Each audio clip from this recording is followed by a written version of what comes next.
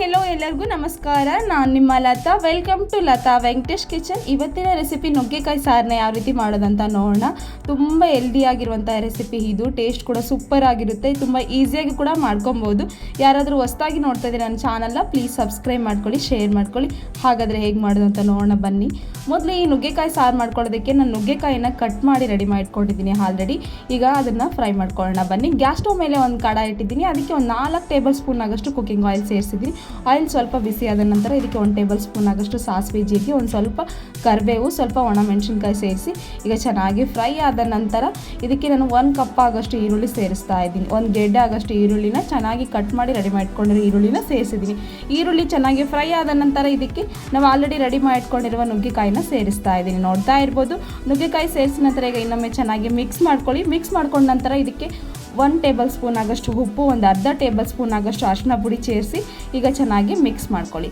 Mix ಮಾಡ್ಕೊಂಡ ನಂತರ ಒಂದು 5 ರಿಂದ 6 ನಿಮಿಷ ಚೆನ್ನಾಗಿ ಫ್ರೈ ಮಾಡ್ಕೊಳ್ಳಿ. ನುಗ್ಗೆಕಾಯಿ ಎಲ್ಲ ಚೆನ್ನಾಗಿ ಬೆನಿಬೇಕು ಈ ಆಯಿಲಲ್ಲಿ. ಆ ಥರ ಚೆನ್ನಾಗಿ ಬೆನ್ಸ್ಕೊಳ್ಳಿ. ಬೆನ್ಸ್ಕೊಂಡ ನಂತರ ಈಗ ನೋಡ್ತಾ ಇರ್ಬೋದು, ನಾನು ಒಂದು ಕ್ಯಾಪ್ ಕ್ಲೋಸ್ ಮಾಡಿ ಇಟ್ಬಿಡ್ತೀನಿ ಒಂದು 5 ರಿಂದ 6 ನಿಮಿಷ. ಈಗ ಚೆನ್ನಾಗಿ ಫ್ರೈ ಆಗಿದೆ, ಕಲರ್ ಕೂಡ ಚೇಂಜ್ ಆಗಿದೆ ನೋಡ್ತಾ ಇರ್ಬೋದು.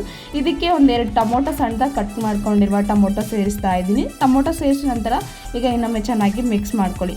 ಮಿಕ್ಸ್ ಮಾಡ್ಕೊಂಡ ನಂತರ ಟೊಮೊಟೊ ಸ್ವಲ್ಪ ಸಾಫ್ಟ್ ಆಗೋತನ ಚೆನ್ನಾಗಿ ಫ್ರೈ ಮಾಡ್ಕೊಳ್ಳಿ. ಫ್ರೈ ಆದ ನಂತರ ಇದಕ್ಕೆ ನಾನು ಅಚ್ಚ ಖಾರದ ಪುಡಿ ಸೇರಿಸ್ತಾ ಇದ್ದೀನಿ. ನೀವು ಖಾರ ಎಷ್ಟು ತಿಂತೀರೋ ಅದ್ರ ಮೇಲೆ ಡಿಪೆಂಡ್. ನಾನು 1.5 ಟೇಬಲ್ ಸ್ಪೂನ್ ಆಗಷ್ಟು ಅಚ್ಚ ಖಾರದ ಪುಡಿ ಸೇರಿಸ್ತಾ ಇದ್ದೀನಿ. ಏನಾದರೂ ಖಾರ ಜಾಸ್ತಿ ತಿಂತೀನಿ ಅಂದರೆ ಸ್ವಲ್ಪ 1-2 ಟೇಬಲ್ ಸ್ಪೂನ್ ಆಗಷ್ಟು ಖಾರ ಸೇರಿಸ್ಕೊಳ್ಳಿ. ಸೇರಿಸಿದ ನಂತರ ಈಗ ಇನ್ನೊಮ್ಮೆ ಚೆನ್ನಾಗಿ ಮಿಕ್ಸ್ ಮಾಡಿಕೊಂಡು ಒಂದು ಸ್ವಲ್ಪ ಖಾರ ಸ್ಮೆಲ್ಲೆಲ್ಲ ಹೋಗೋತನ ಚೆನ್ನಾಗಿ ಫ್ರೈ ಮಾಡ್ಕೊಳ್ಳಿ. ಹಸಿ ಸ್ಮೆಲ್ಲೆಲ್ಲ ಹೋಗಬೇಕಲ್ವ, ಹಾಗಾಗಿ 1-2 ರಿಂದ 3 ನಿಮಿಷ ಲೋ ಫ್ಲೇಮಲ್ಲಿ ಇಟ್ಕೊಂಡು ಫ್ರೈ ಮಾಡ್ಕೊಳ್ಳಿ. ಹೈ ಫ್ಲೇಮಲ್ಲಿ ಇಟ್ಟು ಫ್ರೈ ಮಾಡೋಕ್ಕೆ ಹೋಗಬೇಡಿ, ಮತ್ತು ಸೀತೋಗ್ಬಿಡುತ್ತೆ. ಹಾಗಾಗಿ ಈಗ ನೋಡ್ತಾ ಇರ್ಬೋದು 1 ಕಪ್ ಆಗೋಷ್ಟು ನಾನು ತೊಗರಿಬೇಳೆನ ನೋಡ್ತಾ ಇರ್ಬೋದು ಕುದಿಸ್ಕೊಂಡು ರೆಡಿ ಮಾಡಿಟ್ಕೊಂಡಿದ್ದೀನಿ ಆಲ್ರೆಡಿ. 1 ಕಪ್ ಆಗಷ್ಟು ತೊಗರಿಬೇಳೆ ಆದರೆ ಸಾಕಾಗುತ್ತೆ. ನೀವೇನಾದರೂ ಕ್ವಾಂಟಿಟಿ ಜಾಸ್ತಿ ಮಾಡ್ತೀನಿ ಅಂದರೆ ಸ್ವಲ್ಪ ಡಬಲ್ ಮಾಡ್ತಾ ಹೋಗಿ ಅಷ್ಟೇ. 1 ಕಪ್ ಆಗಷ್ಟು ತೊಗರಿಬೇಳೆನ ಕುದಿಸಿ ರೆಡಿ ಮಾಡಿ ಸ್ಮ್ಯಾಶ್ ಮಾಡಿ ರೆಡಿ ಮಾಡಿಟ್ಕೊಂಡಿದ್ದೀನಿ. ಈಗ ಫ್ರೈ ಆಗಿದೆ. ಈಗ ನುಗ್ಗೆಕಾಯಿ ಪಲ್ಯ ಎಲ್ಲ ಆತ. ಇವಾಗ ಇದಕ್ಕೆ ನಾವು ಆಲ್ರೆಡಿ ಸ್ಮ್ಯಾಶ್ ಮಾಡಿ ರೆಡಿ ಮಾಡಿಟ್ಕೊಂಡಿರುವ ತೊಗರಿಬೇಳೆ ಇದನ್ನು ಸೇರಿಸ್ತಾ ಇದ್ದೀನಿ. ನೋಡ್ತಾ ಇರ್ಬೋದು. ತೊಗರಿಬೇಳೆ ರಸನೆಲ್ಲ ಸೇರಿಸಿದ ನಂತರ ಈಗ ಇನ್ನೊಮ್ಮೆ ಚೆನ್ನಾಗಿ ಮಿಕ್ಸ್ ಮಾಡ್ಕೊಳ್ಳಿ. ಮಿಕ್ಸ್ ಮಾಡ್ಕೊಂಡ ನಂತರ ಈಗ ಕುದಿಸ್ಕೊಳ್ಳಿ. 1-2 ರಿಂದ 3 ನಿಮಿಷ ಕುದಿಸ್ಕೊಂಡ ನಂತರ ಇದಕ್ಕೆ ನಾನು ನಿಂಬೆಹಣ್ಣು ರಸ ಸೇರಿಸ್ತಾ ಇದ್ದೀನಿ. ನಿಂಬೆಹಣ್ಣು ರಸ ಸೇರಿಸೋದ್ರಿಂದ ಟೇಸ್ಟ್ ತುಂಬ ಚೆನ್ನಾಗಿ ಬರುತ್ತೆ. ಹಾಗಾಗಿ ಇದಕ್ಕೆ ನೀವೇನಾದರೂ ಗಟ್ಟಿ ಮಾಡ್ಕೊತೀನಿ ಅಂದರೆ ನುಗ್ಗೆಕಾಯಿ ಸಾರನ್ನ ಗಟ್ಟಿ ಮಾಡ್ಕೊಳ್ಳೋಕೆ ಹೋಗಬೇಡಿ, ಆದಷ್ಟು ನೀರಲ್ಲೇ ಮಾಡ್ಕೊಳ್ಳಿ. ಟೇಸ್ಟ್ ತುಂಬ ಚೆನ್ನಾಗಿ ಬರುತ್ತೆ. ಹಾಗಾಗಿ ನೀರು ಎಷ್ಟು ಬೇಕಾಗುತ್ತೋ ಅಷ್ಟು ಸೇರಿಸ್ಕೊಳ್ಳಿ. ಸೇರಿಸ್ಕೊಂಡ ನಂತರ ಇದಕ್ಕೆ 1-2 ಟೇಬಲ್ ಸ್ಪೂನ್ ಆಗಷ್ಟು ಬರೀ ಪುಡಿ ಸೇರಿಸ್ತಾ ಇದ್ದೀನಿ. ಇದಕ್ಕೆ ಒಂದು ಸ್ವಲ್ಪ ಬೆಲ್ಲ ಸೇರಿಸ್ತಾ ಇದ್ದೀನಿ. ಸೇರಿಸಿದ ನಂತರ ಈಗ ಇನ್ನೊಮ್ಮೆ ಚೆನ್ನಾಗಿ ಮಿಕ್ಸ್ ಮಾಡ್ಕೊಳ್ಳಿ. ಮಿಕ್ಸ್ ಮಾಡ್ಕೊಂಡ ನಂತರ ಕುದಿಸ್ಕೊಳ್ಳಿ ಒಂದು 5 ರಿಂದ 6 ನಿಮಿಷ ಚೆನ್ನಾಗಿ. ಆಲ್ರೆಡಿ ನುಗ್ಗೆಕಾಯಿ ಚೆನ್ನಾಗಿ ಬೆಂದಿದೆ.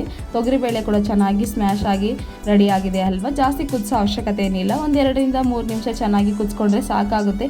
ಈಗ ನೋಡ್ತಾ ಇರ್ಬೋದು ನುಗ್ಗೆಕಾಯಿ ಎಲ್ಲ ಚೆನ್ನಾಗಿ ಹೊಂದ್ಕೊಂಡು ಟೇಸ್ಟ್ ಕೂಡ ತುಂಬ ಚೆನ್ನಾಗಿ ರೆಡಿ ಆಗಿದೆ. ಈಗ ಇನ್ನೊಂದು ಸಲ ಸಾಲ್ಟ್ ಆಗಿದೆಯೇ ಇಲ್ವಾ ಅಂತ ಚೆಕ್ ಮಾಡ್ಕೊಳ್ಳಿ. ಚೆಕ್ ಮಾಡ್ಕೊಂಡ ನಂತರ ಇದಕ್ಕೆ ನಾನು ಫೈನಲ್ ಆಗಿ MTR ಸಾಂಬಾರ್ ಪೌಡರ್ನ ಸೇರಿಸ್ತಾ ಇದ್ದೀನಿ. MTR ಸಾಂಬಾರ್ ಪೌಡರ್ ಸೇರಿಸೋದ್ರಿಂದ ಟೇಸ್ಟ್ ತುಂಬ ಚೆನ್ನಾಗಿ ಬರುತ್ತೆ. ಹಾಗಾಗಿ MTR ಸಾಂಬಾರ್ ಪೌಡರ್ನ ಸೇರಿಸಿದ್ದೀನಿ. ಅರ್ಧ ಪ್ಯಾಕೆಟ್ ಆಗಷ್ಟು MTR ಸಾಂಬಾರ್ ಪೌಡರ್ ಸೇರಿಸ್ತೀನಿ. ಸೇರಿಸಿದ ನಂತರ ಈಗ ಇನ್ನೊಮ್ಮೆ ಚೆನ್ನಾಗಿ ಮಿಕ್ಸ್ ಮಾಡ್ಕೊಳ್ಳಿ. ಈಗ ನೋಡ್ತಾ ಇರ್ಬೋದು ತುಂಬ ರುಚಿಯಾಗಿರುವ ನುಗ್ಗೆಕಾಯಿ ಸಾಂಬಾರು ರೆಡಿಯಾಗಿದೆ. ರೈಸ್ ಜೊತೆ ಸರ್ವ್ ಮಾಡಿ ಟೇಸ್ಟ್ ಅಂತೂ ಅದ್ಭುತವಾಗಿರುತ್ತೆ.